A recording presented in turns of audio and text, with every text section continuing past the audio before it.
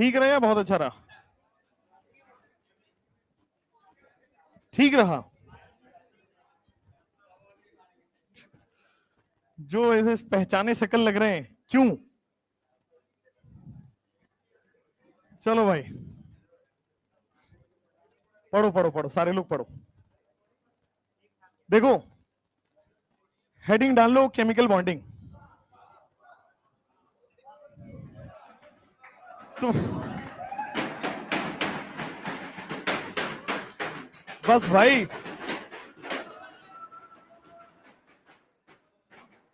तुम्हें इतनी खुशी हो रही है क्या पढ़ने से? तो इसका मतलब 2-3 घंटे क्लास चल जाए आपकी। गधो, पढ़ लो यार। तुम तो सुधरे हुए बैच थे भाई, तुम भी वही हो गए मॉर्निंग वाले की तरह। चलो भाई, हाँ, साइलेंस, शांति। हेडिंग डालोगे आप आज से लगभग 1.5 महीने तक एक ही नाम सुनेगो। और 1.5 महीने क्यों चलेगा? क्योंकि भाई 2 ही क्लास मिली है, 2 ही क्लास है पूरे वीक में, वरना ये टोटल लेक्चर जो चलेगा, सुनो शांत शांत, हाँ शांत। टोटल लेक्चर जो चलेगा वो इसमें चलेगा 15 लेक्चर केमिकल बॉन्डिंग का, ठीक है? 15 लेक्चर का मतलब हो गया आपको 8 सप्ताह। 8 सप्ताह का मतलब कितना होता है? 2 महीने, ठीक है? कम नहीं किया जा सकता इसको। ज्यादा से ज्यादा एक या 2 लेक्चर आपको वीक में बढ़वाया जा सकता है। तो 2 की जगह 3 करवाने की कोशिश होगी जैसा पहले था, ठीक है? और आपको 12 से 14 लेक्चर एस्टिमेट मिलता है, मिला है 12 लेक्चर, बट अपना काम अपने हिसाब से ही चलेगा, 15 लेक्चर चलेगा। इंपॉर्टेंट है, पीरियोडिक कुछ नहीं था, कोई सवाल उसमें से डिफिकल्ट नहीं आता है, नॉर्मल है, बहुत ज्यादा टाइम वेस्ट करने की जरूरत नहीं है। केमिकल में जितना डेप्थ में जाना चाहे आप जा सकते हैं, क्योंकि अगर ये आएगा तो ही कोऑर्डिनेशन आएगा, तो ही डीएनएफ ब्लॉक आएगा, तो ही सॉल्ट एनालिसिस आएगा। यहां के बाद केमिकल बॉन्डिंग ही डिसाइड कर रहा है आपका कि इनऑर्गेनिक में नंबर आएंगे नहीं आएंगे, ठीक है? पीरियोडिक के अगर क्वेश्चन आते हैं तो सबके 4 नंबर आएंगे, ये बात रख लेना, ठीक है? उसमें कोई बाहर से कोई सवाल नहीं आएगा। बहुत छोटा सा सवाल आता है। पीरियोडिक इसलिए बनाया गया कि आपके इनऑर्गेनिक में 4 नंबर आए। Chemical bonding, coordination, DNF block, salt analysis, यहां से जो 4 चैप्टर हैं ये डिसाइड होगा कि ये चैप्टर आपके पास कितना स्ट्रांग है। जितना डेप्थ में सोच सकते हैं सोचिए, ठीक है? बहुत वैरायटी के क्वेश्चन करने को यहां पे मिलेंगे। नोट सब लोग को बनाना है, शक्ल नहीं देखना है, मूवी नहीं चल रही है, नोट्स बनाना ही है। आपके पास पुराने हैं फेंक दीजिए उसको, नए बनाइए। और चाहे किसी का भी हो, किसी का भी हो, फेंक आइए उसको दूर, जहां से रिकवर ना किया जा सके। और केमिकल बॉन्डिंग एकदम एक एक वर्ड समझ समझ के पढ़ना है, ठीक है? आज लगेगा आपको कि इंट्रो हुआ है, बस स्टार्टिंग लगेगा। और आज आप देख रहे होंगे कि इधर बहुत बीजेपी के कोई आए हुए हैं, प्रदेश अध्यक्ष, पूरा पटना ब्लॉक है। तो मुझे यहां से घर जाने में लगा 45 मिनट, 4 किलोमीटर यहां से, उधर से आने में लग गया 45 मिनट। खड़े हैं लोग, यहाँ पे नेता की पड़ी है, जनता भाड़ में जाए, तो रोड ब्लॉक है, आधे आधे घंटे तक ब्लॉक है, एक एक लेन, फिर आराम से वो जाने दे रहे हैं। तो कोई आए, अब ठीक है यार, कभी कभी ये देख के लगता है कि नेता बनना चाहिए था, प्रायोरिटी तो मिलती है यार। बोलूंगा मैं, आप नहीं, आप केवल सवाल का जवाब देंगे। केमिकल बॉन्डिंग क्या है, चलिए स्टार्ट करते हैं। ध्यान से देखो, केमिस्ट्री के अंदर कोई भी बॉन्ड बन रहा है, कोई भी मॉलिक्यूल बन रहा है, तो वो कैसे बनता है? तो एक ही प्रिंसिपल है, there is only one principle जिससे कोई भी बॉन्ड बनेगा, कोई भी कंपाउंड बनेगा, कोई भी रिएक्शन होगा। ओनली वन प्रिंसिपल, और प्रिंसिपल को कहते हैं प्रिंसिपल ऑफ अट्रैक्शन। अगर अट्रैक्शन होगा तो 2 एलिमेंट या 2 मॉलिक्यूल या 2 एटम या 2 आयन या 2 स्पेशीज पास आएंगे। अट्रैक्शन होगा तभी 2 चीजें पास आएंगी, और अगर 2 चीजें पास आएंगी तभी ओवरलैप होगा, या फिर इलेक्ट्रॉन की शेयरिंग होगी, या फिर लोन पेयर का डोनेशन होगा। तीन तरह का बोला मैंने। ओवरलैप होगा तो कोवलेंट बॉन्ड पढ़ेंगे आगे। इलेक्ट्रॉन एक जगह से दूसरी जगह ट्रांसफर हो रहा है तो आयनिक बॉन्ड पढ़ेंगे, और लोन पेयर अगर डोनेट हो रहा हो तो कोऑर्डिनेट बॉन्ड आगे पढ़ेंगे। यही तीन बॉन्ड आपको पढ़ने हैं। इसी तीन बॉन्ड की डिफरेंट डिफरेंट थ्योरीज दी गई हैं आपको पूरे सिलेबस में। तो केमिकल बॉन्डिंग क्या है, बॉन्डिंग किस चीज को बोलते हैं? तो अगर आपके पास कोई भी दो स्पीसीज है केमिस्ट्री की, वो एटम हो, वो मॉलिक्यूल हो सकता है, वो आयन हो सकता है, कुछ भी हो सकता है, कोई भी दो स्पीसीज केमिस्ट्री में अगर वो अट्रैक्टिव फोर्स से पास आ रहे हैं और पास आने से अगर बॉन्ड बन रहा है, बॉन्ड बनाने के तीन तरीके, कोई भी तरीके से बॉन्ड बन रहा है पास आने से, तो उसी को कहते हैं chemical bond. Chemical bond simply it is a attractive force. जैसे आयनिक बॉन्ड में इसी अट्रैक्टिव फोर्स को हम लोग बोलेंगे K(Q1Q2)/R², force of attraction. Covalent bond में शेयरिंग से बनेगा, वहां भी K(Q1Q2)/R² ही लगता है, वहां पे डेल माइनस डेल प्लस में लगता है। कोऑर्डिनेट बॉन्ड में भी सेम चार्ज लगता है, प्लस और माइनस चार्ज, वो भी पढ़ेंगे सब। सब कुछ क्या है? अट्रैक्शन। चाहे वो कोवलेंट बॉन्ड हो, चाहे वो कोऑर्डिनेट बॉन्ड हो, चाहे वो आयनिक बॉन्ड हो, सब कुछ क्या है? अट्रैक्शन। तो what is chemical bond? Chemical bond is attractive force, force of attraction है, अट्रैक्टिव फोर्स है, ड्यू टू विच, जिस अट्रैक्टिव फोर्स से दो स्पीशीज पास आते हैं। दो स्पीशीज में हो सकता है दो एटम पास आए, दो आयन पास आए, दो मॉलिक्यूल पास आए। तो एक ऐसा अट्रैक्टिव फोर्स जिसकी वजह से दो स्पीशीज पास आ रहे हैं और पास आने से बॉन्ड बनेगा, उसी को हम लोग केमिकल बॉन्ड कहते हैं। What is chemical bond? Chemical bond is nothing, it is attractive force. वो अट्रैक्टिव फोर्स का काम क्या है? दो चीजों को पास लाना। अब मैंने आपको एक थ्योरी दे रखी है कि जब जब अट्रैक्शन होगा तो एनर्जी रिलीज होगा। तो अगर एनर्जी रिलीज हो जाता है तो सिस्टम की एनर्जी हो गई कम, क्योंकि एनर्जी हो गया रिलीज, एनर्जी पहले से हो गई कम। अगर एनर्जी कम हो गई तो सिस्टम हो जाता है स्टेबल। तो केमिकल बॉन्डिंग हो क्यों रहा है? अट्रैक्शन क्यों लग रहा है? क्योंकि केमिकल बॉन्डिंग से होता है अट्रैक्शन, अट्रैक्शन से होता है एनर्जी रिलीज, और एनर्जी रिलीज से स्टेबिलिटी आ जाती है। तो what is chemical bond?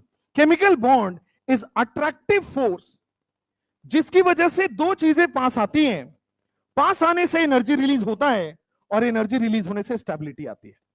Simple. जैसे आप बड़े होगे, डॉक्टर बनोगे, तो आप भी अट्रैक्टिव फोर्स का शिकार होगे, आपका भी एनर्जी लॉस होगा, आप भी स्टेबिलिटी की तरफ बढ़ोगे। नॉर्मल जिंदगी में, नॉर्मल जिंदगी में भी यही होता है जो केमिस्ट्री में होता है। तो केमिस्ट्री में दो एलिमेंट कैसे स्टेबल होंगे, दो एटम कैसे स्टेबल होंगे, दो आयन कैसे स्टेबल होंगे? जब तक वो पास नहीं आएंगे, अट्रैक्शन नहीं करेंगे, एनर्जी रिलीज नहीं होगा, पोटेंशियल एनर्जी मिनिमम नहीं होगा, तब तक स्टेबिलिटी नहीं आएगी। अब जैसे क्या होता है, मान लो एक नॉर्मल एग्जांपल देते, जैसे आप लोग हो अभी अकेले हॉस्टल वाले रूम में रहते हो, भरपूर एनर्जी है, जब मन किया जहां मन किया वहां निकल लिए, जबरदस्त भरी बड़ी एनर्जी, स्टेबिलिटी नाम का कुछ दूर दूर तक रिलेशन नहीं है। यही आज से 10 साल बाद ये आप करने के काबिल नहीं रहोगे, हर चीज के लिए परमिशन चाहिए होगा। आपने वो देखा है गैंग्स ऑफ वासेपुर, परमिशन लेना था ना, तो यहां भी आपको परमिशन लेना पड़ेगा अगले 10 साल में।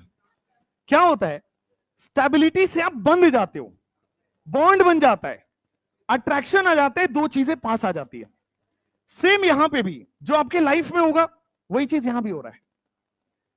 आपके साथ 10 साल बाद होगा, पढ़ के अभी जाओगे आप। कहने का मतलब है व्हाट इज केमिकल बॉन्ड? किसी भी दो चीजों में अट्रैक्टिव फोर्स लगे, और अट्रैक्टिव फोर्स के लगने से दोनों चीजें पास आए, और दोनों चीजें जब पास आएंगी, अट्रैक्टिव फोर्स लग रहा है तो एनर्जी रिलीज होगा। अगर एनर्जी रिलीज हो गया, यू आर स्टेबल। जैसे मान लो घर से आपके पैसे आते होंगे हर मंथ में, 10,000 रुपए, 8,000 रुपए, 15,000 रुपए। हम पढ़ते थे तो हमारे पास 4500 रुपए जाते थे, 3,000 रुपए का रूम रेंट, 1,500 रुपए का खाना, 4500 रुपए। घर वालों को लगता था इससे जाएगा तो कुछ खर्चा ही नहीं है।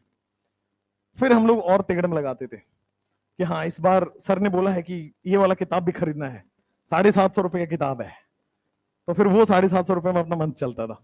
उस समय हो जाता था, आज तो नहीं होगा कुछ, आज तो तुम्हारा रिचार्ज हो गया 750 में। खैर, तो क्या है, आपके पास मान लो मंथ में पहला दिन, और पहला दिन में खूब पैसा आया घर से, क्या जबरदस्त एनर्जी रहती है ना। आज सब कुछ खरीद डालेंगे, पूरा पटना खरीद डालेंगे आज तो, है ना। लेकिन जैसे ही मंथ एंड में जाते हो, एनर्जी दोस्त से मांगने की बारी आ जाएगी, तब आप खूब स्टेबल रहते हो, मन भी करेगा तो कहीं नहीं जाओगे। तो स्टेबिलिटी क्या है? जब आपके पास एनर्जी नहीं है तो आप स्टेबल हो जाते हो ऑटोमेटिकली। सेम चीज केमिस्ट्री में भी है। जब आपके पास एनर्जी लॉस हो जाएगा, तो एनर्जी लॉस हो जाएगा तो अंदर वाइब्रेशंस नहीं होगा, और वाइब्रेशंस नहीं होगा तो मॉलिक्यूल स्टेबल है। लेकिन जब तक एनर्जी है, खूब वाइब्रेशन होता है अंदर, और अंदर वाइब्रेशन होगा तो एनर्जी खूब है, यानी कि अनस्टेबल है। तो जो आपकी लाइफ है वही केमिस्ट्री की लाइफ है। अब डेफिनेशन लिखो, what is chemical bond? Chemical bond, the attractive force. What is chemical bond? Chemical bond is a attractive force. अगर कोई पूछे केमिकल बॉन्ड क्या है, force of attraction. Force of attraction क्या होता है? आपने पढ़ा है, K1Q2 तो what is chemical bond? Chemical bond is a attractive force. Chemical bond is an attractive force due to which, जिसकी वजह से, due to which two or more, दो या दो से ज्यादा सेम, टू और मोर सेम या डिफरेंट स्पेशीज, दोनों सेम स्पेशीज भी अट्रैक्ट कर सकते हैं, दोनों डिफरेंट स्पेशीज भी अट्रैक्ट कर सकते हैं। टू और मोर सेम और डिफरेंट स्पेशीज। केमिकल बॉन्ड क्या है? Chemical bond is an attractive force due to which two or more same or different species attract towards each other. Attract towards each other. मैंने देखा तुमने के sir का birthday मनाया, किशोर sir का। मैंने सोच लिया है कि छुट्टी तो लूंगा मैं 2-3 दिन की। भाई क्या तुमने कबाड़ा कर दिया था यार उनको, केक में वो पहचान ही नहीं आ रहे थे। ऐसा भी कोई बर्थडे मनाता है? मेरा है ही नहीं बर्थडे। केमिकल बॉन्ड एक अट्रैक्टिव फोर्स है जिसकी वजह से दो और दो से ज्यादा सेम या डिफरेंट स्पेशीज अट्रैक्ट होते हैं, अट्रैक्ट टुवर्ड्स ईच अदर। और जब जब अट्रैक्शन होगा तो क्या एनर्जी रिलीज होगा या गेन होगा? एनर्जी इज रिलीज्ड, और एनर्जी रिलीज होने से स्टेबिलिटी गेन हो रही है। तो ड्यू टू विच टू और मोर सेम या different species attract towards each other and energy is released to gain stability. Energy क्यों रिलीज होता है? स्टेबिलिटी को गेन करने के लिए, to gain stability. What is chemical bond? Chemical bond एक फोर्स ऑफ अट्रैक्शन है। इस फोर्स ऑफ अट्रैक्शन से दो एटम, दो मॉलिक्यूल, दो आयन पास पास है। स्पेशीज का मतलब क्या है? What is species? स्पेशीज के अंदर सब आ गए। स्पेशीज का मतलब है कि एटम भी, दो एटम भी हो सकते हैं, दो मॉलिक्यूल भी पास आ सकते हैं, दो आयन भी पास आ सकते हैं, ठीक है, डॉट डॉट डॉट। दो एटम या दो मॉलिक्यूल या दो आयन, या एक एटम या एक मॉलिक्यूल, या एक एटम या एक आयन, किसी भी तरह से दो स्पेशीज फोर्स ऑफ अट्रैक्शन से पास आएगा। पास आने से एनर्जी रिलीज होगी, और एनर्जी रिलीज होते ही आप स्टेबल हो जाओगे। बता रहा हूं दो स्पेसीज पास कैसे आएंगी। अब सुनो कैसे अट्रैक्टिव फोर्स लगता है। हमने समझ लिया कि केमिकल बॉन्ड अट्रैक्टिव फोर्स है, लेकिन कैसे? तो देखो कोई भी एटम होगा तो एटम में बीचों बीच न्यूक्लियस होता है, और चारों तरफ से इसके पास ऑर्बिट लगे होते हैं। न्यूक्लियस होता है और इसके पास चारों तरफ से ऑर्बिट होते हैं, और इसी ऑर्बिट में क्या होते हैं? इलेक्ट्रॉन्स। चारों तरफ से ऑर्बिट होते हैं, और ऑर्बिट में क्या होता है आपके पास? इलेक्ट्रॉन। यहां पे एक एटम है, मैंने बना दिया दूसरा एटम। दूसरे एटम में भी न्यूक्लियस है, और फिर क्या है? बीचों बीच, बीचों बीच आपके पास ऑर्बिट्स है। उसके बाद फिर से देखो बीचों बीच क्या है आपके पास? ऑर्बिट्स है। ये एटम नंबर ए बोल देता हूं उसको मैं।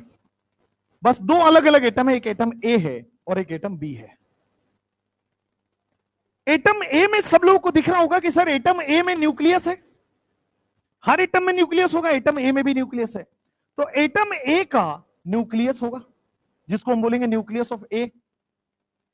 बी में भी न्यूक्लियस होगा तो जिसको हम बोलूंगा न्यूक्लियस ऑफ बी। और nucleus of A, nucleus of B का मतलब समझो क्या मैं बोल रहा हूं। न्यूक्लियस ऑफ ए का मतलब पॉजिटिव चार्ज। न्यूक्लियस ऑफ ए में क्या है? Positive charge. हालांकि न्यूक्लियस में दो चीजें होती हैं, proton as well as neutron. But neutron में कोई चार्ज नहीं होता, तो क्या बोल दूंगा? Positive charge. Similarly nucleus of B में भी मैं लिख दूं पॉजिटिव चार्ज। अच्छा, अब जो एटम ए है उसमें भी तो अपना इलेक्ट्रॉन होगा, हर एटम में अपना इलेक्ट्रॉन होता है, इसका भी अपना एक इलेक्ट्रॉन होगा। दो एग्जांपल के लिए बना देता हूं। तो जैसे न्यूक्लियस ऑफ ए है, वैसे ही क्या आपके पास इलेक्ट्रॉन ऑफ ए भी होगा? और इलेक्ट्रॉन ऑफ ए का चार्ज बताना। इलेक्ट्रॉन ऑफ ए का चार्ज नेगेटिव होगा, जी हां। और जैसे ही एटम बी में गए, वहां भी इलेक्ट्रॉन होगा, एटम बी में भी तो अपना इलेक्ट्रॉन होगा। तो यहां पे आप क्या इलेक्ट्रॉन बी लिखोगे? और इलेक्ट्रॉन बी कौन सा चार्ज है? पॉजिटिव चार्ज या नेगेटिव चार्ज? Negative charge. बढ़िया। हमने क्या किया अभी तक? बोर्ड पे देखो, हमने क्या किया अभी तक? आपको बस दो एटम बनाए हैं, दोनों अलग अलग एटम है, हर एटम में न्यूक्लियस होगा, लिख के बता दिया, न्यूक्लियस मतलब पॉजिटिव चार्ज। हर एटम में इलेक्ट्रॉन होगा, लिख के बता दिया, इलेक्ट्रॉन ऑफ ए और electron of B, negative charge. अब हमेशा अपोजिट चार्ज में अट्रैक्शन होगा, ये हमने पढ़ रखा है हमेशा। क्या ये पॉजिटिव चार्ज ए का क्या नेगेटिव चार्ज ऑफ बी पे अट्रैक्शन करेगा? कौन सा अट्रैक्शन करेगा? फोर्स ऑफ अट्रैक्शन लगाएगा। क्या के Q1 Q2 upon are square लगेगा? और क्या इसी को केमिकल बॉन्ड कहते हैं? अब आ जाओ, क्या nucleus of B positive charge है, तो क्या इसका हक बनता है इसके ए पे अट्रैक्ट करना? क्या फिर से फोर्स ऑफ अट्रैक्शन लग रहा है? क्या के Q1 Q2 upon are square ही लग रहा है? क्या यही केमिकल बॉन्डिंग है? तो केमिकल बॉन्डिंग क्या है? केमिकल बॉन्डिंग एक फोर्स ऑफ अट्रैक्शन है के Q1 Q2 upon are square, जिसकी वजह से ये दोनों एटम, या यहां पे अगर दो मॉलिक्यूल होते, या यहां पे दो आयन होते, या फिर एक एटम एक मॉलिक्यूल होता, एक एटम एक आयन होता, तो वो अट्रैक्ट करे। What is chemical bond? कोई भी दो स्पेसी दुनिया की जिसके बीच में फोर्स ऑफ अट्रैक्शन लगे, जिसकी वजह से वो दोनों चीजें पास आए, और पास आने से एनर्जी रिलीज हो, और एनर्जी रिलीज होने से स्टेबिलिटी हो, इसी को क्या बोलते हैं? Chemical bond. अब देखो ध्यान से, क्या ये एक दूसरे को, ये दोनों एक दूसरे को अटैक करेंगे? इसका ए, इसका पॉजिटिव चार्ज और इसका नेगेटिव चार्ज क्या अट्रैक्शन करेगा? सिमिलरली इसका पॉजिटिव चार्ज, इसका नेगेटिव चार्ज अट्रैक्शन करेगा, तो अट्रैक्शन करने से पास आएगा। अब देखो यहां पे मैं 3 केस बना रहा हूं। सबसे पहले केस नंबर 1, बोर्ड पे ही देखना, भी लिखना मत। केस नंबर 1, पहले मैंने क्या किया, एकदम इंफिनिटी पे है दो एटम्स, दो एटम एकदम इंफिनिटी पे है, दूर दूर है, ठीक है, कोई अट्रैक्शन अभी तक इसमें नहीं लग रहा है, तो मैंने दोनों एटम को एकदम दूर दूर बना दिया।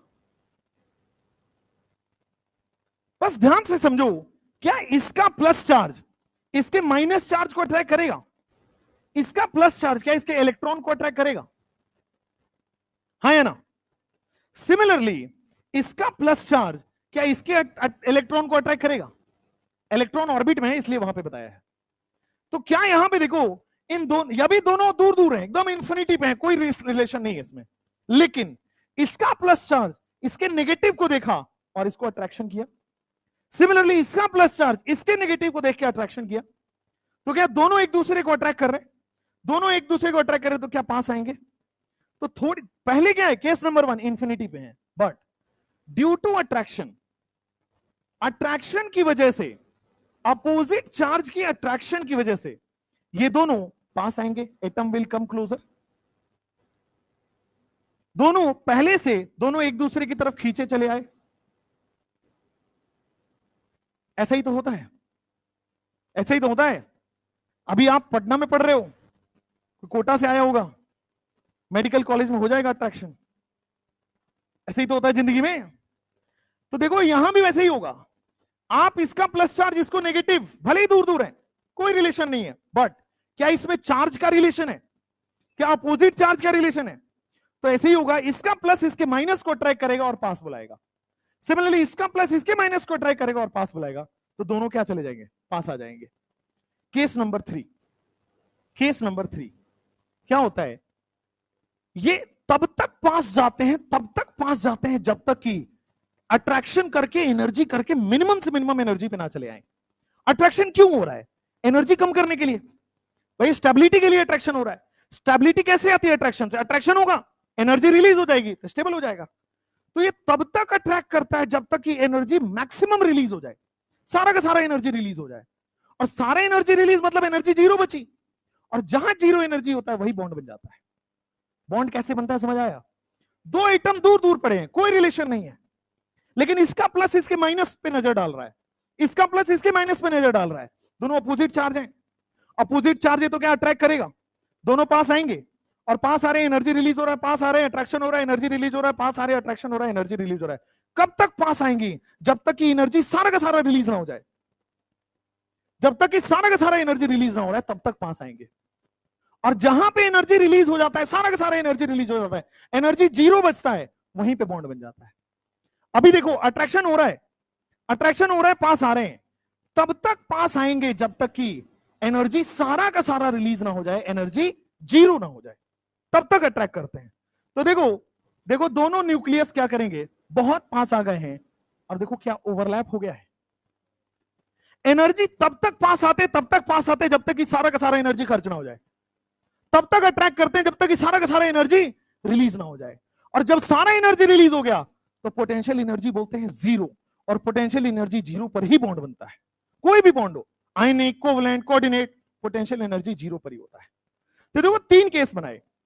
जब केस नंबर 1 में एटम इंफिनिटी पर था, लेकिन इसकी नजर पड़ गई इसके माइनस चार्ज पे, और इसके प्लस की नजर पड़ गई इसके माइनस चार्ज पे, तो क्या अट्रैक्शन होगा, अपोजिट चार्ज में अट्रैक्शन। कब तक अट्रैक्शन होगा, जब तक एनर्जी सारा का सारा नहीं रिलीज ना हो जाए, जब तक एनर्जी मिनिमम ना हो जाए। एनर्जी मिनिमम का मतलब जीरो, एनर्जी नेगेटिव नहीं हो सकती, sign of the energy negative हो सकता है, एनर्जी की वैल्यू नेगेटिव नहीं हो सकती, ठीक है ना। चलो तो अब देखो क्या होगा, तब तक अट्रैक्ट करेगा जब तक एनर्जी मिनिमम से मिनिमम ना हो जाए, तो मिनिमम एनर्जी पे जाके बॉन्ड बन जाता है। अच्छा अगर मान लो एक सवाल आपसे पूछा जाए कि अब बॉन्ड बन चुका है, मिनिमम एनर्जी हो चुका है, बॉन्ड बन चुका है, इसके बाद भी अगर पास लाओगे, फोर्सफुली इसको करेंगे तो क्या होगा, रिपल्सन हो जाएगा। क्यों रिपल्सन हो रहा है, जरा ध्यान से देखना। इसका न्यूक्लियस और इसका न्यूक्लियस बहुत पास आ चुके हैं, अब अगर पास लाओगे तो इनके बीच में क्या होने लगता है, रिपल्सन। इसी को आगे पढ़ेंगे हम लोग, जब दो एटम बहुत पास आएंगे तो स्टीरिक हिंड्रेंस भी लग रहा होता है, इसी का अपग्रेडेड वर्जन है वो। दो एटम को बहुत पास नहीं लाना होता है, क्योंकि बहुत पास लाएंगे तो इसका न्यूक्लियस इसके न्यूक्लियस को रिपल्सन करेगा, इसका इलेक्ट्रॉन इसके इलेक्ट्रॉन को रिपल्सन करेगा। तो इसलिए पोटेंशियल एनर्जी मिनिमम होता है, वहीं तक आप ले जा सकते हैं, उसके बाद अगर आप क्लोज ले जाने की कोशिश करेंगे रिपल्सन होगा। रिपल्सन न्यूक्लियस न्यूक्लियस में नहीं होगा, इलेक्ट्रॉन इलेक्ट्रॉन में भी होगा। रिपल्सन अगर इससे भी पास ले जाओगे तो न्यूक्लियस न्यूक्लियस की बात, रिपल्सन तो होगा ही, इलेक्ट्रॉन इलेक्ट्रॉन में भी रिपल्सन लगने लगेगा। बोलो समझ में आया।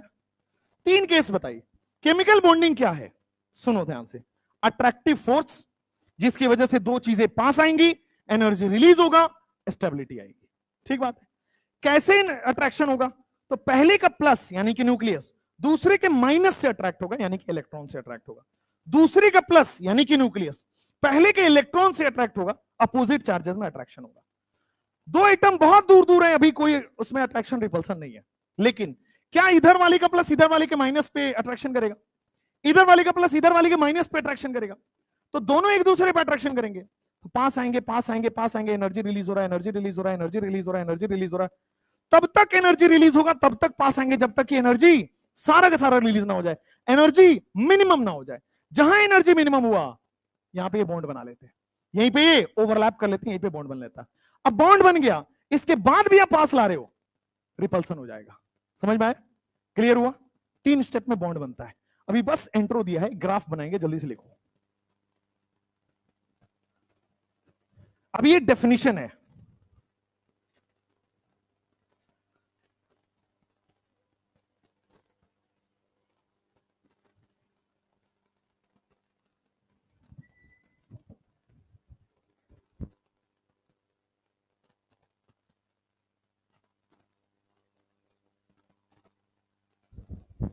पढ़ाने में पसीना और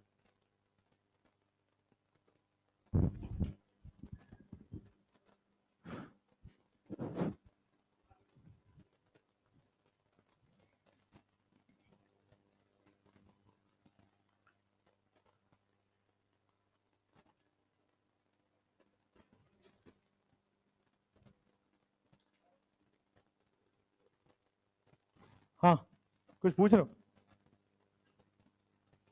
केस थर्ड में रिपल्सन, केस थर्ड में बॉन्ड बना है, इससे पास ले जाओगे तो रिपल्सन हो जाएगा। नहीं, वहां पे क्या होता है, मिनिमम से मिनिमम एनर्जी जहां पे रिलीज हो जाएगी, जहां तक रिपल्सन नहीं हो रहा है वहीं पे बॉन्ड बनता है। बॉन्ड बनने के बाद आप पास लाते हो तो रिपल्सन होता है, तो वापस से एनर्जी बढ़ने लगती है, रिपल्सन होने लगता है, वापस से एनर्जी फिर गेन हो जाएगा, फिर अनस्टेबल हो जाएगा।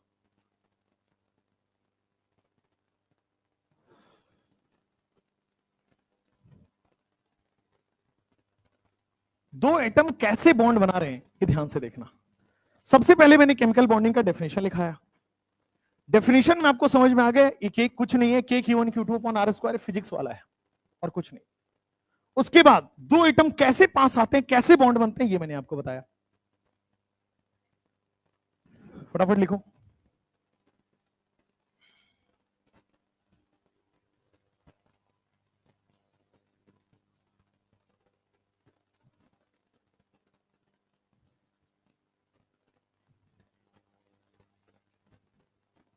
एक ग्राफ है जो बहुत इंपॉर्टेंट है, आगे समझना है, जल्दी करो इसको।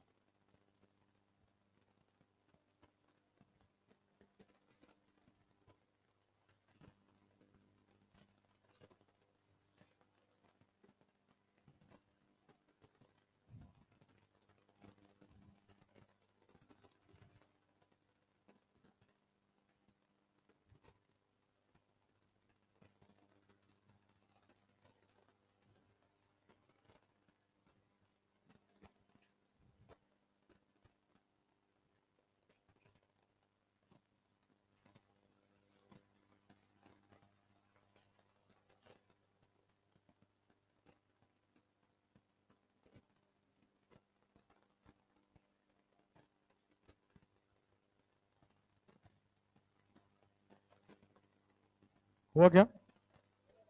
हो गया?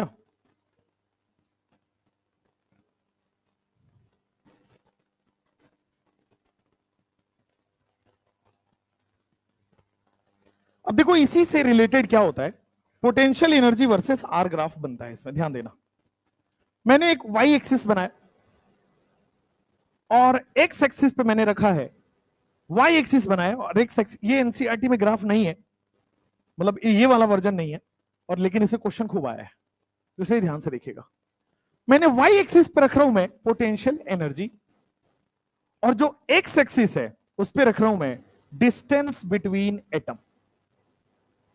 दो एटम के बीच में डिस्टेंस जो है, जिसको हम लोग आर से डिनोट करते हैं, दो एटम के बीच में डिस्टेंस को हम रख रहे हैं। अब ध्यान देना, ये है ओरिजिन। तो देखो जैसे जैसे मैं राइट में जा रहा हूं तो क्या डिस्टेंस बिटवीन एटम बढ़ रहा है? भाई यहां 0 है, और यहां पे जैसे जैसे राइट में जाएंगे वैल्यू बढ़ेगा, यानी कि डिस्टेंस बिटवीन एटम बढ़ेगा।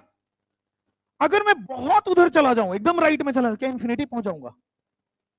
तो इंफिनिटी पे मुझे बताओ पोटेंशियल एनर्जी 0 है कि मैक्सिमम है कि मिनिमम है? कैसे? पोटेंशियल एनर्जी का फॉर्मूला बताओ। के Q1 Q2 अपॉन आर होता है ना भाई, आप पढ़ोगे इलेक्ट्रोस्टैटिक में, आर होता है के Q1 Q2 अपॉन आर। ठीक है, ये होता है। आर की वैल्यू इंफिनिटी रखो, रखो आर की वैल्यू इंफिनिटी रखो, पोटेंशियल एनर्जी क्या हो रहा है? 0। तो आप मैक्सिमम कैसे बोल रहे हो भाई? जब एकदम दूर दूर थे, ना तो अट्रैक्शन लग रहा है ना तो रिपल्सन लग रहा है, तो एनर्जी कहां से आई उसमें? एनर्जी 0। भाई एनर्जी बढ़ेगा घटेगा तब ना, जब अट्रैक्शन और रिपल्सन हो। वो तो एकदम दूर दूर है, ना उसमें कोई अट्रैक्शन, ना इसमें कोई अट्रैक्शन, ना उसमें कोई रिपल्सन, ना इसमें कोई रिपल्सन, ना अट्रैक्शन ना रिपल्सन, ना एनर्जी कम हुआ ना एनर्जी ज्यादा हुआ, एनर्जी 0 था। वो फॉर्मूला से भी आएगा, अगर आर की वैल्यू आप इंफिनिटी रख दो तो 1 अपॉन इंफिनिटी क्या हो जाएगा? 0। तो देखो अगर आर की वैल्यू आप इंफिनिटी रखते हो तो पोटेंशियल एनर्जी हो जाता है 0। क्या 0 यही है पोटेंशियल एनर्जी का? भाई ऊपर क्या है? पॉजिटिव। ऊपर क्या है? पॉजिटिव पोटेंशियल एनर्जी, और नीचे क्या आ जाएगा? Negative potential energy. Potential energy का फॉर्मूला होता है के Q1 Q2 अपॉन आर। अगर मैं आर की वैल्यू इंफिनिटी रख रहा हूं तो पोटेंशियल एनर्जी क्या 0 होगा, या सही मायने में टेंड्स टू 0 बोला जाए? एनर्जी 0 कभी भी नहीं हो सकता, इसलिए हमेशा टेंड्स टू 0 लिखा जाता है। तो चलो इंफिनिटी पे पोटेंशियल एनर्जी मान लेते हैं 0 के बराबर है, 0 नहीं है बट 0 के आसपास है। टेंड्स टू जीरो का मतलब ये होता है जीरो नहीं है, एक्स एक्सिस में नहीं है, हल्का सा। अब ध्यान देना, इंफिनिटी पे थे, जीरो था पोटेंशियल एनर्जी, अब वो पास आ रहे हैं, एनर्जी रिलीज हो रहा है, एनर्जी रिलीज हो रहा है। भाई पास आने में अट्रैक्शन में एनर्जी रिलीज हो रहा है, नहीं हो रहा? तो पोटेंशियल एनर्जी कम होगा, पोटेंशियल एनर्जी कम होना चाहिए। तो देखो यहां पे जैसे जैसे आप रेडियस कम कर रहे हो, दोनों डिस्टेंस बिटवीन एटम कम कर रहे हो, डिस्टेंस बिटवीन एटम कम कर रहे हो, तो क्या पोटेंशियल एनर्जी घटते घटते घटते घटते मिनिमम हो जाएगा? देखो अभी क्या है, पोटेंशियल एनर्जी इंफिनिटी पे है, पोटेंशियल एनर्जी इंफिनिटी पे है। जैसे जैसे पास लाओगे एनर्जी रिलीज हो रहा है, एनर्जी रिलीज हुआ, एनर्जी कम हुआ, एनर्जी कम हुआ, एनर्जी कम हुआ, एनर्जी कम हुआ, एनर्जी कम हुआ, कम होते होते होते होते होते होते कुछ इस तरह का कम हो गया। पहले क्या था, बहुत डिस्टेंस था, इंफिनिटी था, पोटेंशियल एनर्जी जीरो, लेकिन जैसे जैसे आर कम कर रहे हैं, जैसे जैसे आर कम कर रहे हैं, क्या पोटेंशियल एनर्जी रिलीज हो रहा है, एनर्जी रिलीज हो रहा है, एनर्जी रिलीज होने से क्या माइनस मतलब कम हो रहा है वैल्यू। अच्छा अब ध्यान देना, एक टाइम आएगा जहां पे पोटेंशियल एनर्जी मिनिमम हो जाएगा। एनर्जी कब तक अट्रैक्ट होगा, जब तक कि पोटेंशियल एनर्जी मिनिमम हो जाए, जीरो हो जाए। तो देखो एक टाइम आएगा जहां पे पोटेंशियल एनर्जी जीरो हो जाएगा, और यहीं पे जहां पोटेंशियल एनर्जी जीरो होता है वहीं पे बॉन्ड फॉर्मेशन कंडीशन होती है। लेकिन बॉन्ड बनने के बाद वापस से डिस्टेंस कम करो, बॉन्ड बनने के बाद भी डिस्टेंस बिटवीन एटम कम करो, तो क्या रिपल्सन होगा? रिपल्सन होगा तो एनर्जी बढ़ जाएगी, तो रिपल्सन होने से यहां एनर्जी बढ़ जाएगी। लेकिन अभी मन में आपके डाउट देता हूं, ध्यान देना, मन में आपके होगा डाउट, मैं क्या कर रहा हूं, आर की वैल्यू कम कर रहा था, भाई वहां से यहां आया है मिनिमम तक, आर की वैल्यू क्या कर रहा था, कम। तो आर की वैल्यू कम करोगे तो पोटेंशियल एनर्जी को तो बढ़ना चाहिए था, आपकी पोटेंशियल एनर्जी तो कम हुई है, ऐसा क्यों?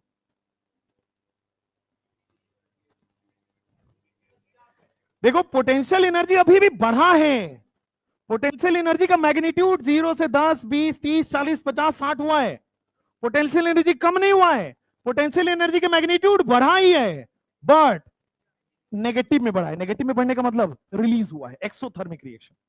नेगेटिव क्यों दिखा रहे हैं उसको, एक्सोथर्मिक हुआ है, एनर्जी रिलीज हुआ है। ठीक है, जब आर की वैल्यू छोटा करोगे, भाई आर की वैल्यू और कम करोगे, तो देखो यहां पे पोटेंशियल एनर्जी वो दिखा रहा है कि बढ़ रहा है। समझ में आया, क्लियर हुआ? फिर से एक बार मान लो आपके पास ये ग्राफ आपके पास दिया हो,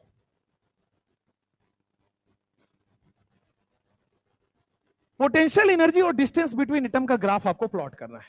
ठीक है, देखो सबसे पहले एटम बहुत दूर दूर थे, एटम बहुत दूर दूर है, तो ना अट्रैक्शन ना रिपल्सन, एनर्जी जीरो पड़ा है। अगर अट्रैक्शन नहीं है रिपल्सन नहीं है तो एनर्जी जीरो है।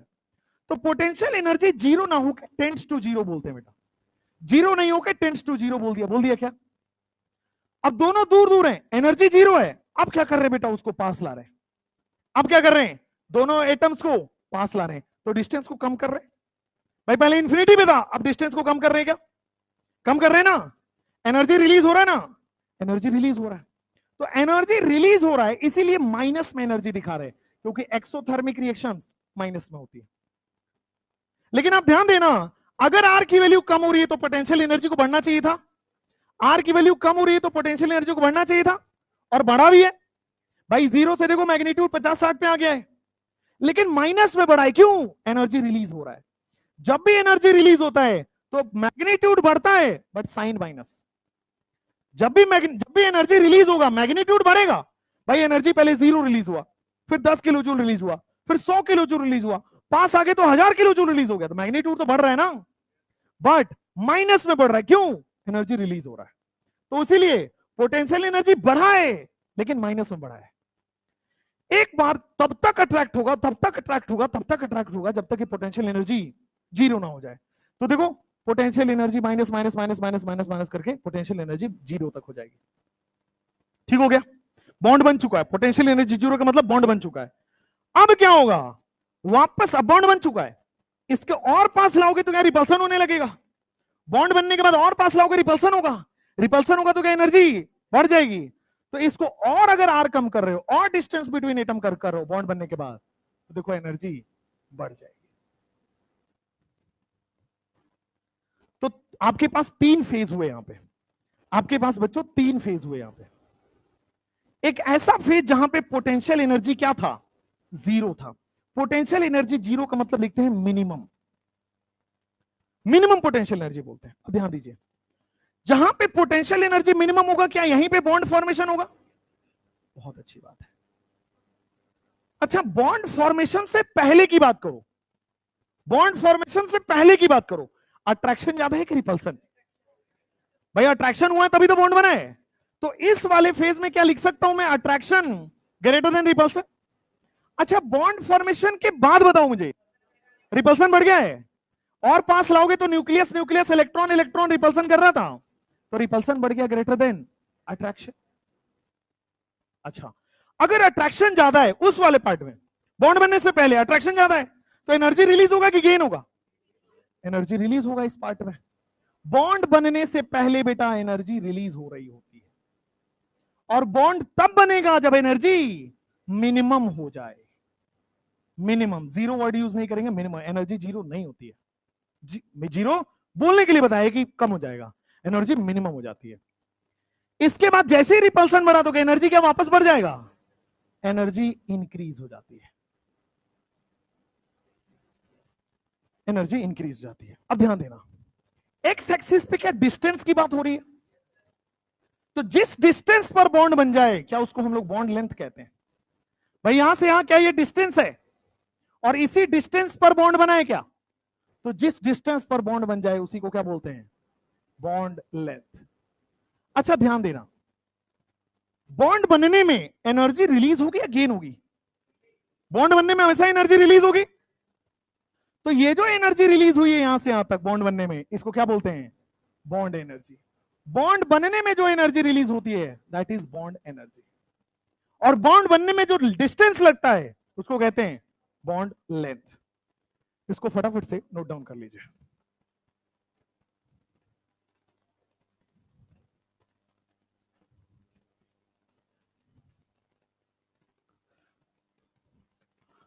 एक बात बता के फिर नोट करो, सबसे लास्ट में अगर मैं इस कंडीशन पूछता हूं, एटम अभी कहां कहां है, दोनों एटम कहां कहां है, दूर दूर है या पास पास? इंफिनिटी पे है ना, तो इस बात को भी लिखे लीजिए कि ये पोजीशन डिनोट कर रहा है two atoms are at infinity.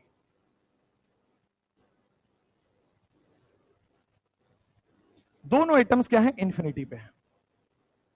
अब इंफिनिटी के बाद जैसी पोटेंशियल एनर्जी कम होना चालू हुआ, मतलब दोनों एटम अप्रोच कर रहे हैं, two atoms approach each other.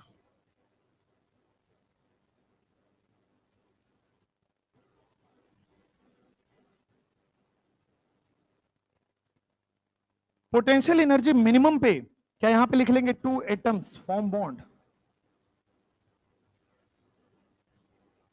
दो एटम बॉन्ड बना रहा है, और क्या रिपल्सन बढ़ गया, यानी कि two atoms repel each other.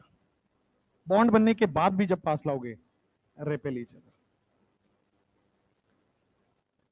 क्या ये आप ही की कहानी से रिलेटेड है? हाँ,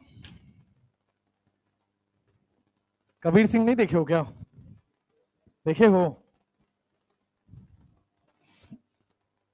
वो इसी ग्राफ से इंस्पायर्ड था। जल्दी करो।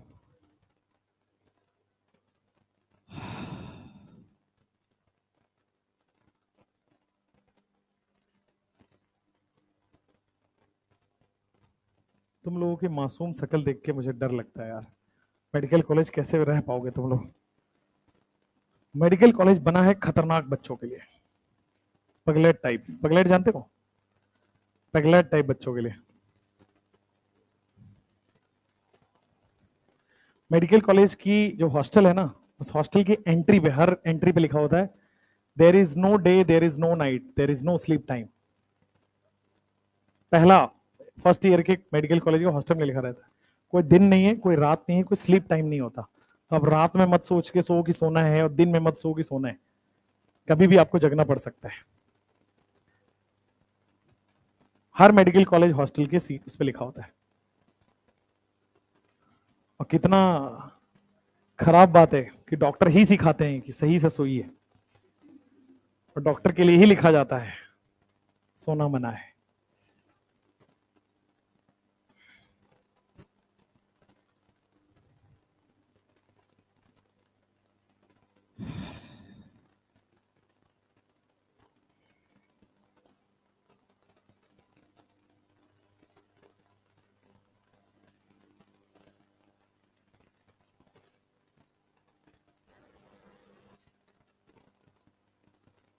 हो गया?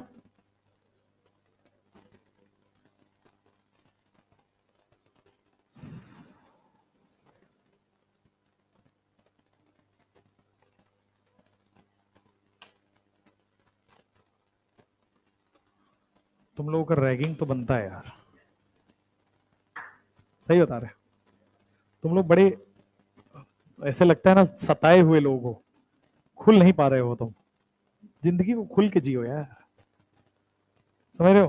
तो तुम्हारी रैगिंग तो भरपूर होगी और होनी भी चाहिए। ऐसे शर्माते टाइप लड़के हो।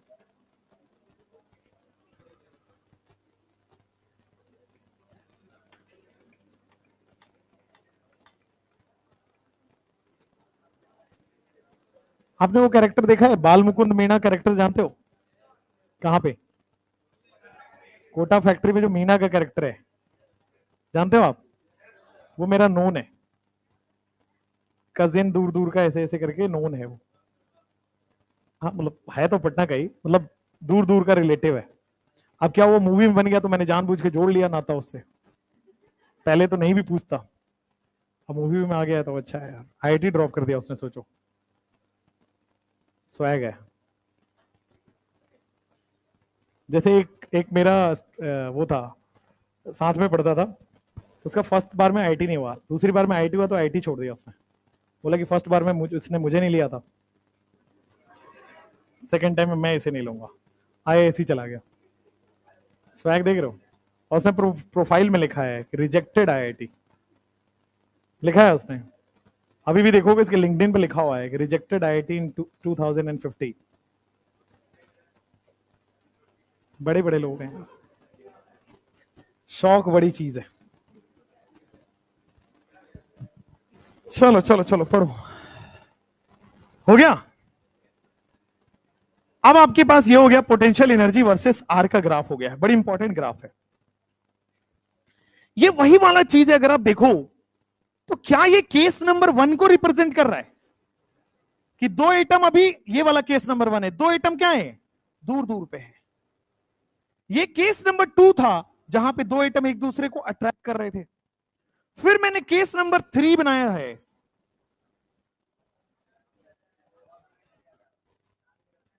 बेटा तुम बॉटल नहीं संभाल पा रहे हो, जिंदगी कैसे संभालोगे आगे? आगे बहुत कुछ संभालना है। क्या ये केस नंबर 4 था जिसमें रिपल्सन हो रहा था? चलो नेक्स्ट। अब लिखो, दो एटम बॉन्ड ही क्यों बनाते हैं, why chemical bonding takes place. Heading डालना चाहिए, दो एटम क्यों बॉन्ड बना रहे हैं? स्टेबिलिटी के लिए। बहुत बढ़िया, ये तो बड़े अच्छे से समझ आया तुम्हें। Why chemical bonding takes place, why chemical bonding, why chemical bonding takes place.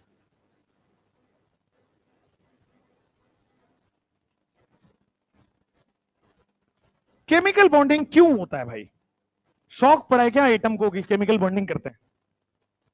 Chemical bonding करने के मेजर रीजन है, सबसे पहला रीजन होता है केमिकल बॉन्डिंग करने का, टू गेन स्टेबिलिटी। कोई भी चीज केमिस्ट्री में स्टेबिलिटी के लिए होती है, कोई भी चीज केमिस्ट्री में स्टेबिलिटी गेन करने के लिए होता है। स्टेबिलिटी कैसे आएगा? स्टेबिलिटी कैसे आएगा? एनर्जी रिलीज करके, to gain stability and to release energy. क्यों केमिकल बॉन्डिंग होता है? एनर्जी रिलीज करके, पैसा खर्च करके जो स्टेबिलिटी आती है ना।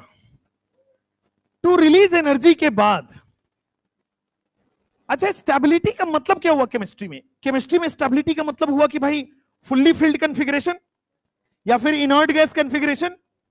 तो to gain stability, to release energy, या फिर आप बोलो to gain inert gas configuration. Inert gas जैसा बनने चाहता है, to gain inert gas configuration, या फिर इसी को ब्रैकेट में लिखोगे fully filled configuration. To gain inert gas configuration, या फिर ब्रैकेट में क्या लिखोगे? Fully filled configuration. जैसे आप पूछोगे ओवरलैप क्यों होता है? फुल्ली फिल्ड कॉन्फ़िगरेशन बनने के लिए। इलेक्ट्रॉन का ट्रांसफर आयनिक बॉन्ड में क्यों होता है? फुल्ली फिल्ड कॉन्फ़िगरेशन के लिए।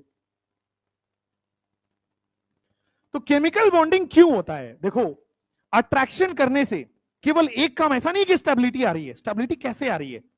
तो स्टेबिलिटी आ रही है एनर्जी रिलीज करके और इनर्ट गैस कॉन्फ़िगरेशन बनके। एनर्जी रिलीज का मतलब कितना रिलीज? एनर्जी रिलीज तब तक रिलीज करेंगे जब तक कि पोटेंशियल एनर्जी मिनिमम ना हो जाए, और जहां पे पोटेंशियल एनर्जी मिनिमम हो जाए यहीं पे बॉन्ड फॉर्म हो जाता है, यहीं पे बॉन्ड बनना स्टार्ट हो जाता है, यहीं पे बॉन्ड बनना स्टार्ट हो जाता है। तो ये सारी वजहें हैं जिससे अट्रैक्शन होता है, एनर्जी रिलीज होता है, फुल्ली फिल्ड कॉन्फ़िगरेशन आता है, इनर्ट गैस कॉन्फ़िगरेशन आता है, और इसी को क्या बोलते हैं? Reason of chemical bonding. अब लिखो, केमिकल बॉन्डिंग के कितने टाइप्स होते हैं? What are the types of chemical bonding? मोटे मोटे तौर पे बेटा केमिकल बॉन्डिंग को दो तरीके में बांटा जाता है, primary and secondary. Two types of bonding, primary bond और दूसरे को बोलते हैं हम लोग secondary bond. Primary bond and secondary bond. आ जाओ। प्राइमरी बॉन्ड बच्चों फिर से तीन तरह के, प्राइमरी बॉन्ड या फिर इसको हम लोग बोलते हैं स्ट्रॉन्ग बॉन्ड। प्राइमरी बॉन्ड को ही हम लोग स्ट्रॉन्ग बॉन्ड बोलते हैं और सेकेंडरी बॉन्ड को ही हम लोग वीक बॉन्ड बोलते हैं। तो हमें कैसे पता चला कि कौन स्ट्रॉन्ग है कौन वीक है? हमें कैसे पता चला होगा? बॉन्ड देख के थोड़ी पता जाएगा स्ट्रॉन्ग है कि वीक है। अगर बॉन्ड तोड़ने में ज्यादा एनर्जी लग रही है मतलब स्ट्रॉन्ग बॉन्ड है, और बॉन्ड तोड़ने में कम एनर्जी लग रही है मतलब कि बॉन्ड वीक है। तो बीई का मतलब बॉन्ड एनर्जी। बॉन्ड एनर्जी यहां पे 200 से 400 किलो जूल पर मोल लगता है, और वहां पे जो बॉन्ड एनर्जी है वो 2 से 40 किलो जूल पर मोल लगता है। बॉन्ड एनर्जी जो लगता है वो 2 से 40 किलो जूल पर मोल की एनर्जी लगता है। प्राइमरी बॉन्ड हो गया, सेकेंडरी बॉन्ड हो गया। उसके बाद आप देखोगे एक स्ट्रॉन्ग बॉन्ड है, वीक बॉन्ड है। Strong bond, weak bond, bond energy देख के पता चला है। जिस बॉन्ड को तोड़ने में ज्यादा एनर्जी लगे वो स्ट्रॉन्ग है, कम एनर्जी में काम हो जाए वीक है। ये जितने भी प्राइमरी बॉन्ड स्ट्रॉन्ग बॉन्ड होते हैं, ऐसे बॉन्ड दो एटम के बीच में बन रहे होते हैं। ऐसे बॉन्ड दो एटम के बीच में, जैसे आयनिक बॉन्ड अभी पढ़ाऊंगा, दो एटम के बीच में है। कोवलेंट बॉन्ड भी दो एटम के बीच में है। मतलब एटम, मिनिमम एक एटम तो होना जरूरी है। कहने का मतलब है इसको बोला जाता है इंटर एटॉमिक बॉन्ड। ये एटम का बॉन्ड है, इंटर एटॉमिक बॉन्ड, इसीलिए स्ट्रॉन्ग बॉन्ड है। लेकिन वो मॉलिक्यूल के बीच का बॉन्ड है, इसलिए इंटर मॉलिक्यूलर बॉन्ड। एक बार बहुत पुराने जमाने की बात है, 90s में क्वेश्चन आया था, which of the following is inter atomic bond? ठीक है ना। इंटर एटॉमिक बॉन्ड का एग्जांपल है बेटा आयोनिक बॉन्ड। जो आप पढ़ोगे वही इंटर एटॉमिक बॉन्ड है। जो आप आगे कोवलेंट बॉन्ड पढ़ोगे वही इंटर एटॉमिक बॉन्ड है। जो आप आगे कोऑर्डिनेट बॉन्ड पढ़ोगे वही इंटर एटॉमिक बॉन्ड है। जो आप आगे मेटालिक बॉन्ड पढ़ोगे, जो आप आगे मेटालिक बॉन्ड पढ़ोगे वही आपके पास इंटर एटॉमिक बॉन्ड है। मेटालिक बॉन्ड सिलेबस में नहीं है, तो अपने को सबसे अच्छी बात है बेटा तीन ही चीज पढ़नी है। उसके बाद जो इंटरमोलिक्यूलर बॉन्ड है भाई, वो भी आपको दो तरीके का बॉन्ड है। इंटरमोलिक्यूलर बॉन्ड में एक है आपके पास हाइड्रोजन बॉन्ड,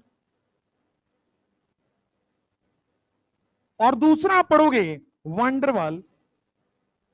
वंडरवाल बॉन्ड नहीं बोलते इसको, van der Waals bond is a wrong word.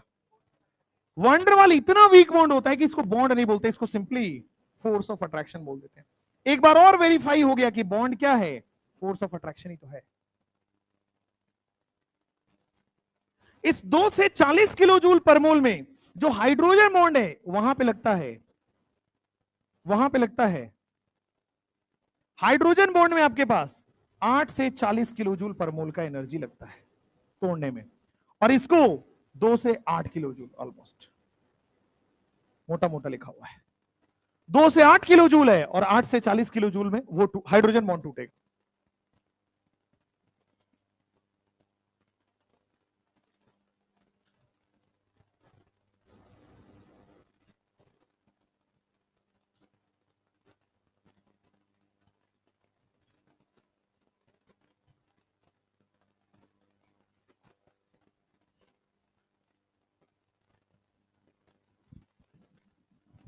ये एनर्जी पूछी गई है, ये एनर्जी ऑलरेडी पूछा गया है। एनर्जी फोकस कर लीजिएगा, पूछा गया है।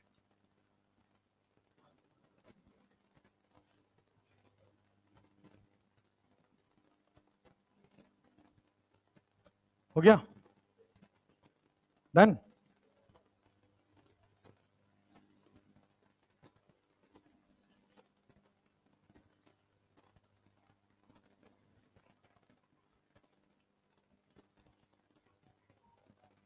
इसके बाद फिजिक्स है क्या? बायो है, 2 बायो है आज। हाँ मुझे ही दे देते इससे बढ़िया तो। आयनिक बॉन्ड आज पढ़ा था मस्त। ठीक है, खींच देते हैं, बायो की क्लास भी कर देंगे। चलो लिखो आयनिक बॉन्ड। लिखो आयनिक बॉन्ड क्या होता है।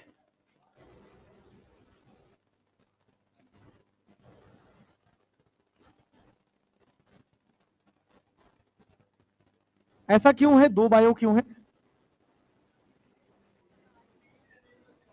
क्या हो गया? आज फिजिक्स नहीं है। ये हमेशा होता है या पहली बार हुआ ऐसा? Okay okay okay.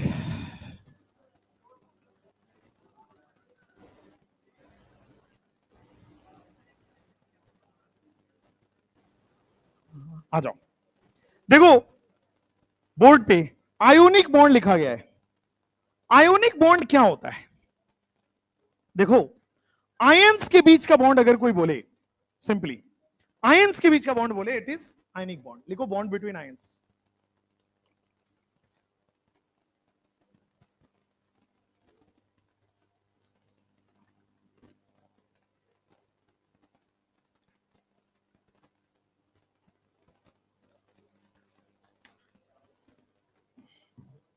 तो मैं पहले से आपको वो लग रहा हूं स्मार्ट?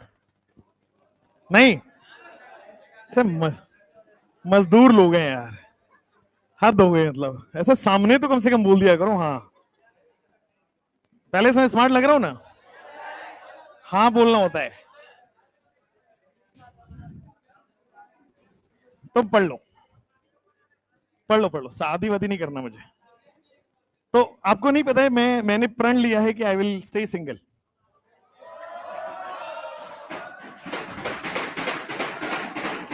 इसमें इसमें तुम्हें खुश होने की जरूरत क्या है? तुम क्यों खुश हो रहे हो इतना? मैं खुश हो सकता हूं, तो मैंने ये एक रूल बना लिया है कि ऐसा ही होगा। नहीं तो नहीं, ठीक है। अभी सुधांशु सर ने क्या किया, ऊपर रूमर दूसरे बैच में उठा दिया कि वीटी सर को डिफेंडर मिली है दहेज में। यहां वो झूठ है। डिफेंडर में खुद ही खरीद लूंगा कमा के, वो लेने की जरूरत नहीं है। अब बड़े हो जाओ, बड़े हो जाओ तो अभी गलत बात है। खैर, बॉन्ड बिटवीन आयंस कह रहे अपने पास तो मर्सिडीज है, गधो। पढ़ो, आयनिक बॉन्ड क्या है? बॉन्ड बिटवीन आयंस, इसको कहते हैं आयनिक बॉन्ड।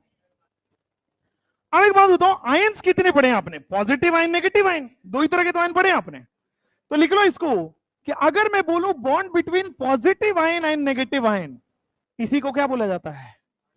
Ionic bond. अच्छा, पॉजिटिव आयन को क्या आप केटायन बोलते हो? तो bond between cation and anion भी क्या हो जाएगा? Ionic bond. बड़ी सिंपल, सिंपल। तो कभी भी आपको प्लस चार्ज और माइनस चार्ज में बॉन्ड दिख जाए, कभी भी आपको केटायन और एनायन में बॉन्ड दिख जाए, तो क्या वो आयनिक बॉन्ड है? तो plus charge and minus charge, negative charge में, क्या वो आयनिक बॉन्ड है? जी हां। तो bond between positive charge and negative charge, इसी को हम लोग क्या बोलते हैं? Ionic bond. अच्छा एक बात बताओ, पॉजिटिव चार्ज क्या मेटल दिखाता है और नेगेटिव चार्ज क्या नॉन मेटल की टेंडेंसी है? तो क्या मैं लिख सकता हूं bond between metal and non metal को क्या बोल दिया जाता है? Ionic bond. ये बड़ी इंपॉर्टेंट है, bond between metal and non metal. अच्छा एक बात और बताओ, क्या मेटल की टेंडेंसी इलेक्ट्रॉन डोनेट करने की होती है? तो क्या मेटल इलेक्ट्रो पॉजिटिव होता है? और नॉन मेटल की टेंडेंसी इलेक्ट्रॉन लेने की होती है, तो क्या इलेक्ट्रॉन नेगेटिव बोलते हैं उसको? तो मैं बोल दूंगा bond between electropositive and electronegative, bond between electropositive and electronegative. Electropositive and electronegative element में जो बॉन्ड बनेगा उसको क्या बोलेंगे? Ionic bond. एक बार क्वेश्चन आया, bond between different nature of elements is known as ionic bond, सही गलत? Bond between different nature of element, सही गलत? सही है ना? आयनिक बॉन्ड देखो, एक डोनेट करने वाला, एक एक्सेप्ट करने वाला है, electro positive electro negative, metal non metal plus minus पूरा ही डिफरेंट है। तो इसीलिए नोट करके लिखो आयनिक बॉन्ड, नोट थोड़ा नीचे, ionic bond is, ionic bond क्या होता है? Ionic bond is formed between two different nature of elements. Ionic bond जो है वो two different nature of elements में पाया जाता है, between two different nature of elements. Ionic bond is form between two different nature of elements. Ionic bond two different nature of elements में पाया जाता है, ठीक बात है? अच्छा, इलेक्ट्रोपॉजिटिव या मेटल को क्या मैं इलेक्ट्रॉन डोनर बोल दूं?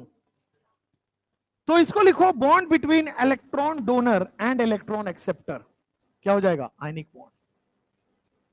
एक और आप बोर्ड पे देखना, मैं बोल रहा हूं एक कंपाउंड है जिसमें एक एलिमेंट तो क्या कर रहा है? इलेक्ट्रॉन डोनेट कर रहा है, और दूसरा एलिमेंट क्या कर रहा है? इलेक्ट्रॉन एक्सेप्ट कर रहा है। तो क्या ये मतलब यही नहीं है कि जो इलेक्ट्रॉन इसने डोनेट किया वही इसने एक्सेप्ट कर लिया? भाई मान लो कह रहा हूं दो लोग हैं, ये 10 रुपए देने वाला टेंडेंसी है और उसको 10 रुपए लेने वाला टेंडेंसी है, तो इसका मतलब यही तो हुआ, जो 10 रुपए दे रहा है वही ये ले रहा है। सिमिलरली आयनिक बॉन्ड में दो एलिमेंट है, मान लो Na और Cl, ये आयनिक बॉन्ड है।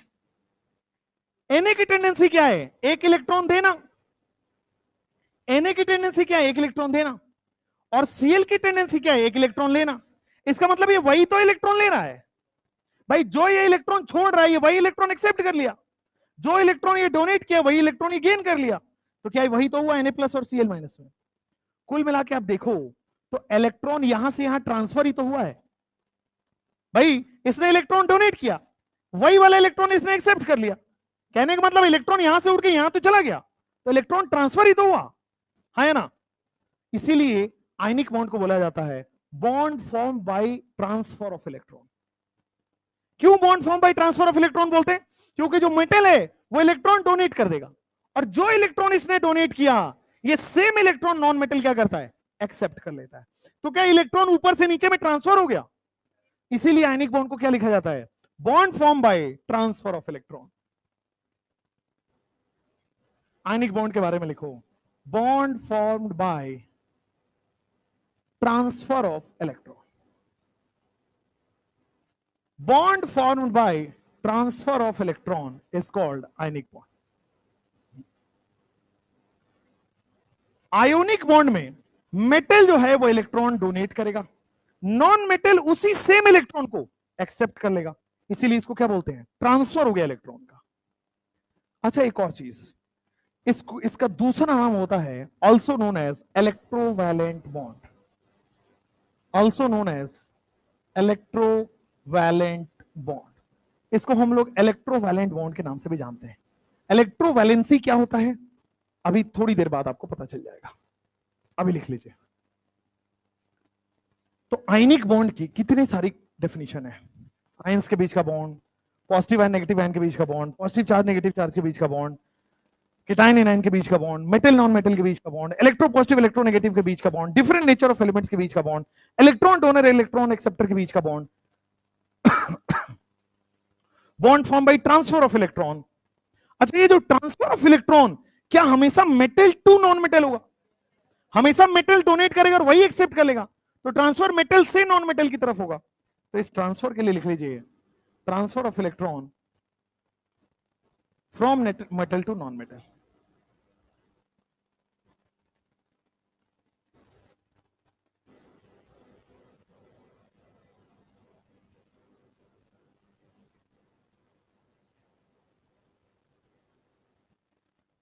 bond formed by transfer of electron from metal to non-metal is called ionic bond.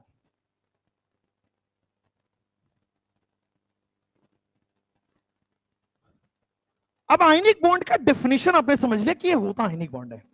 अब आपको समझना है कि आयनिक बॉन्ड एक्चुअल में बनता कैसे होगा। तो आयनिक बॉन्ड का एग्जांपल पहले लिखेंगे। एग्जांपल पहले लिख लो फटाफट से।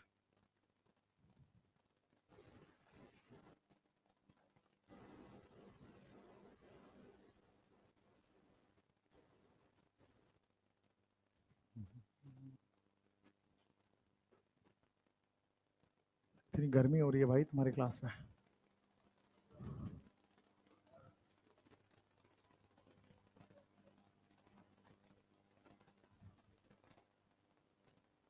हो गया यहां तक?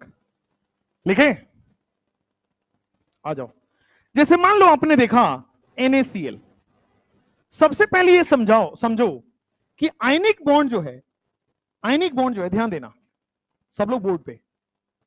अभी अभी मैंने बोला आयनिक बॉन्ड क्या है, एक प्लस चार्ज होगा, एक माइनस चार्ज होगा। जो मेटल होगा वो प्लस चार्ज दिखाएगा और जो नॉन मेटल होगा वो माइनस चार्ज दिखाएगा। तो यहां पे मेटल पहचानो कौन है। क्या सोडियम मेटल है?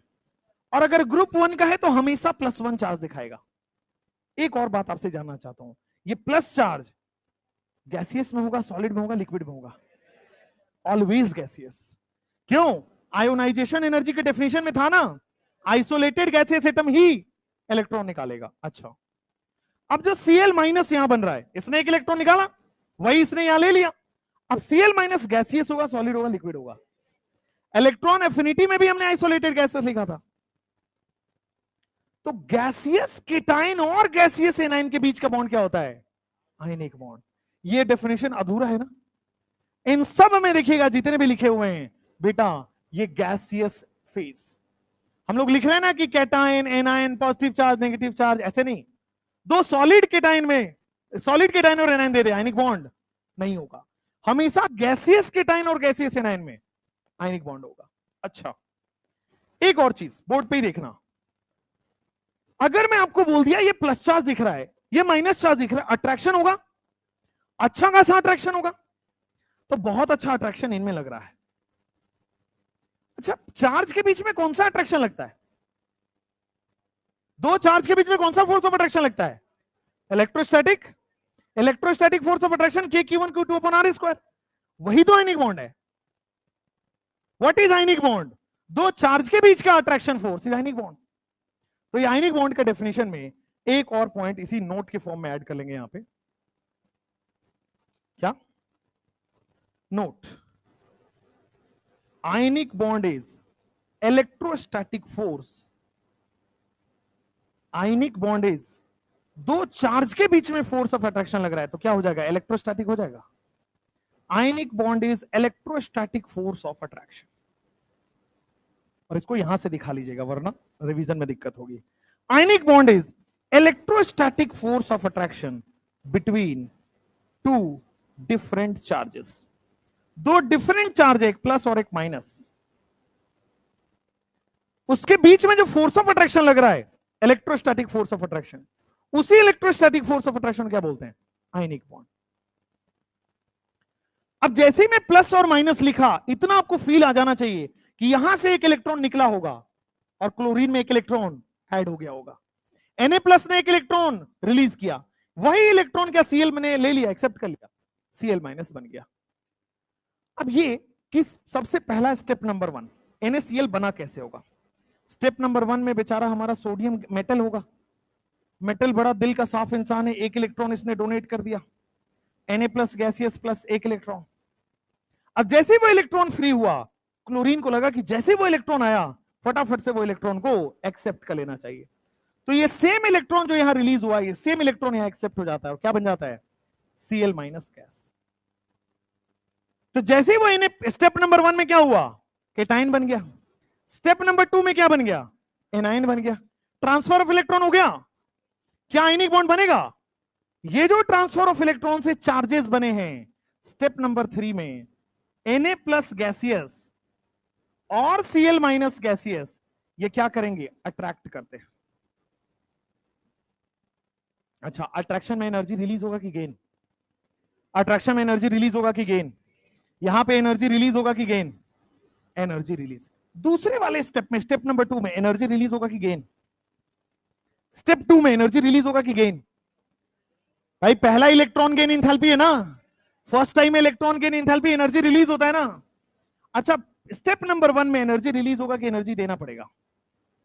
एंडोथर्मिक होगा ना पहला वाला, एनर्जी एब्जॉर्ब्ड, एंडोथर्मिक, एब्जॉर्ब्ड। इसको क्या लिखते हैं ब्रैकेट में? एब्जॉर्ब मतलब एंडोथर्मिक। और एनर्जी रिलीज हो रहा है तो क्या मैं इसको एक्सोथर्मिक लिख दूं? This is simply exothermic. यहां पे एनर्जी रिलीज होता है, क्या मैं एक्सोथर्मिक लिख दूं? This is simply exothermic. बोलो क्लियर हुआ? समझ में आया? ट्रांसफर ऑफ इलेक्ट्रॉन हो गया। अब आपको लग रहा है कि Na प्लस गैसियस एक Na प्लस होगा, एक Cl माइनस होगा। क्या कभी एक आयन होता है क्या, या एक मोल आयन होता है? एक आयन थोड़ी आपको मिल पाएगा, एक मोल आयन मिलता है, बहुत सारे केटायन एनायन होते हैं। तो होता क्या है, होता क्या है, अगले पेज पे बताता हूं, पहले यहां तक लिख लो।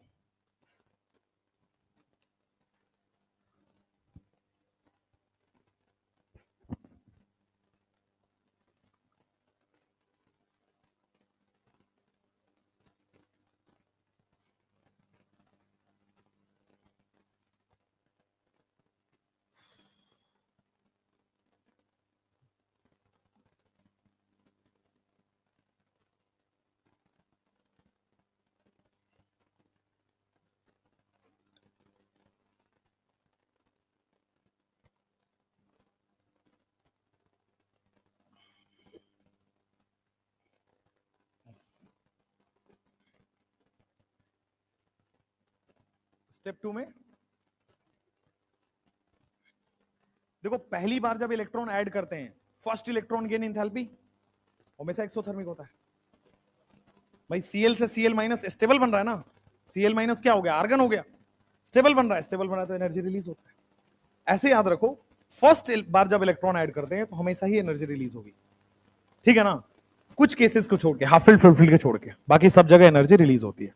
चलो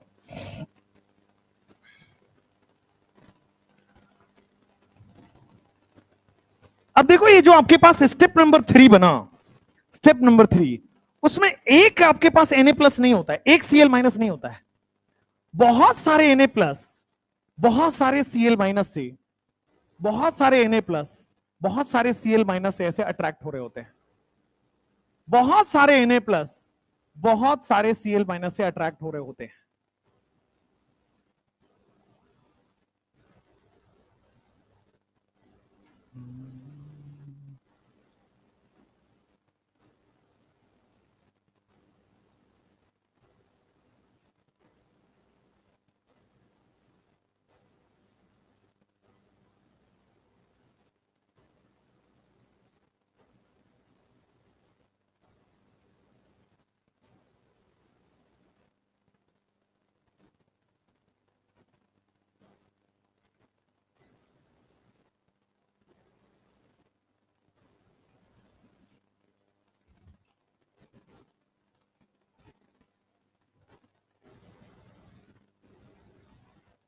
चलो यहां देखो, बहुत सारे Na प्लस हैं और बहुत सारे Cl माइनस है। मैंने कुछ लिमिटेड Na प्लस, कुछ लिमिटेड Cl माइनस लिए।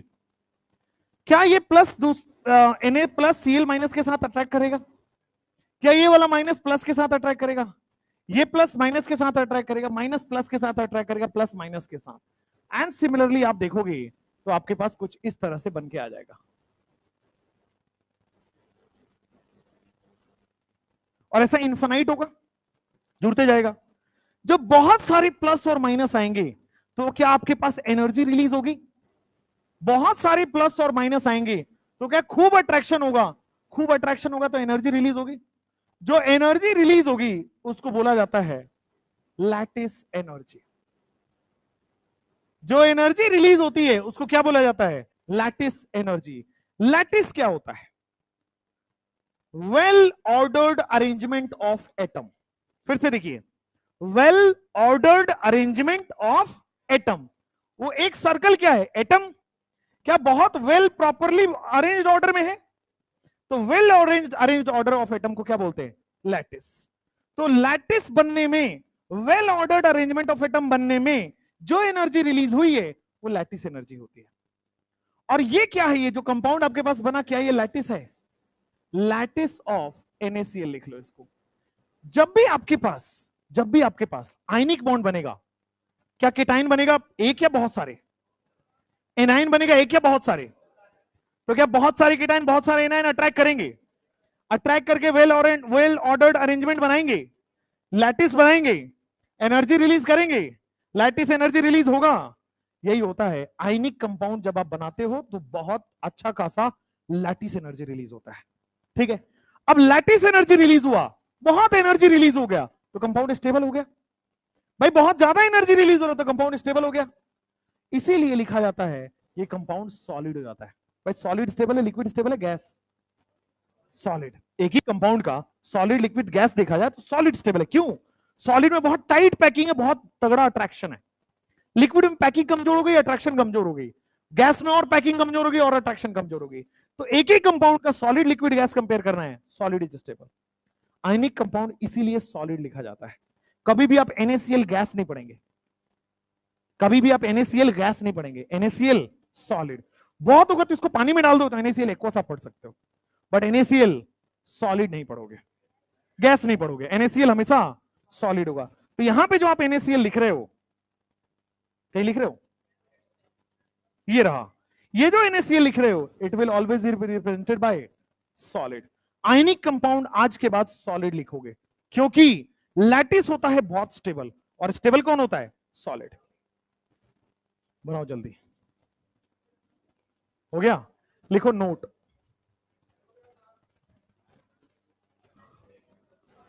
अब बहुत टाइम है बेटा। तुम्हें क्यों टाइम चाहिए होता है? किससे मिलना है तुम्हें बाहर जाके? कोई है? तुम्हारी शक्ल के हिसाब से कोई है तो मैं धरती छोड़ दूं? सोचो जरा। नोट लिखो, all ionic compound, all ionic compound form solid lattice, all ionic compound form solid lattice। जितने भी आयनिक कंपाउंड है सारे के सारे सॉलिड लैटिस बनाते हैं। all ionic compound form solid lattice and hence ionic compound are stable, and hence ionic compounds are stable।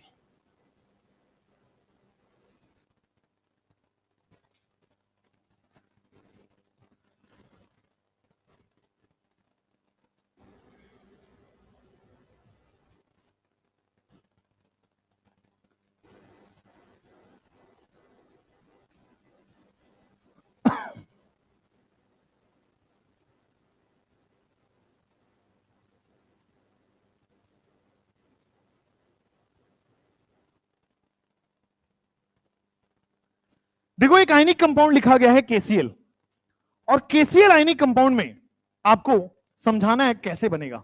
तो सबसे पहले ध्यान दो, क्या स्टेप नंबर 1 में केटाइन बनेगा?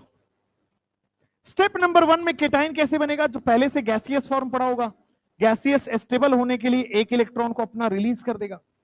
जैसे ही इलेक्ट्रॉन निकला, क्लोरीन को दिखा कि भाई एक इलेक्ट्रॉन आ गया है, स्टेबल होने का समय है। वो इलेक्ट्रॉन ट्रांसफर हो गया क्लोरीन के पास, क्लोरीन बना गया Cl- गैस। स्टेप नंबर 1 में केटाइन बनाओ, स्टेप नंबर 2 में एनायन बनाओ, स्टेप नंबर 3 में केटाइन और एनायन बनाने के बाद मिला दो। स्टेप नंबर 1 केटाइन बनाओ, स्टेप नंबर 2 एनायन बनाओ, स्टेप नंबर 3 में जो केटाइन बनाए हो और जो एनायन आप बनाए हो दोनों को मिला दो। ये जो आयनिक बॉन्ड बन रहा है, ये जो इलेक्ट्रोस्टैटिक फोर्स ऑफ अट्रैक्शन लग रहा है, इसी क्या बोलते हैं? Ionic bond. आयनिक बॉन्ड ऐसा होगा या बहुत सारे लैटिस बना के रहेगा? आयनिक बॉन्ड बहुत सारे केटाइन एनायन आपस में लैटिस बना के रहते हैं।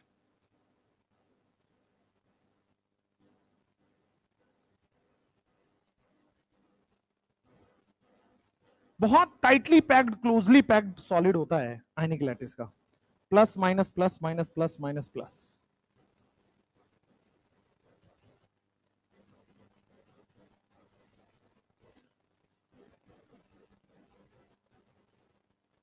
ठीक है, क्लियर है।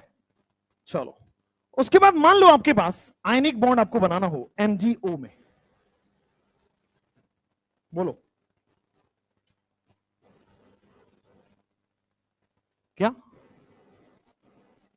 हाँ, सॉलिड से गैस कहां बन रहा है? गैस से सॉलिड बन रहा है।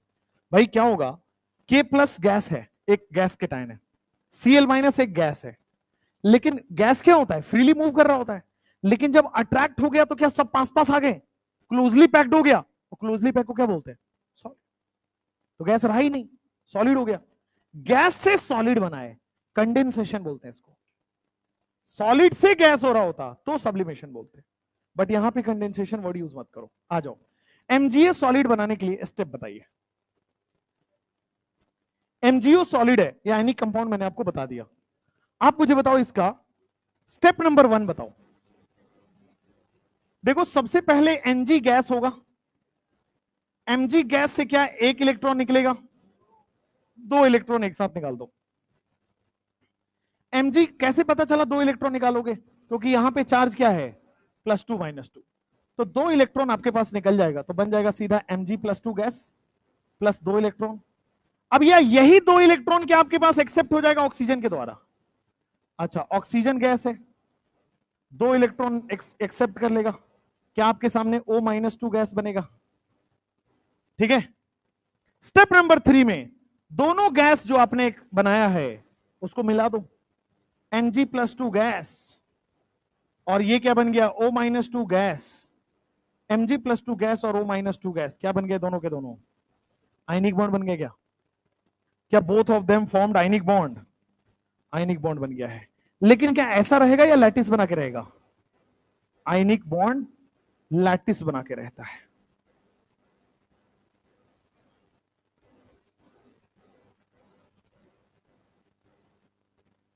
+2 -2 +2 -2 +2 -2 +2 -2।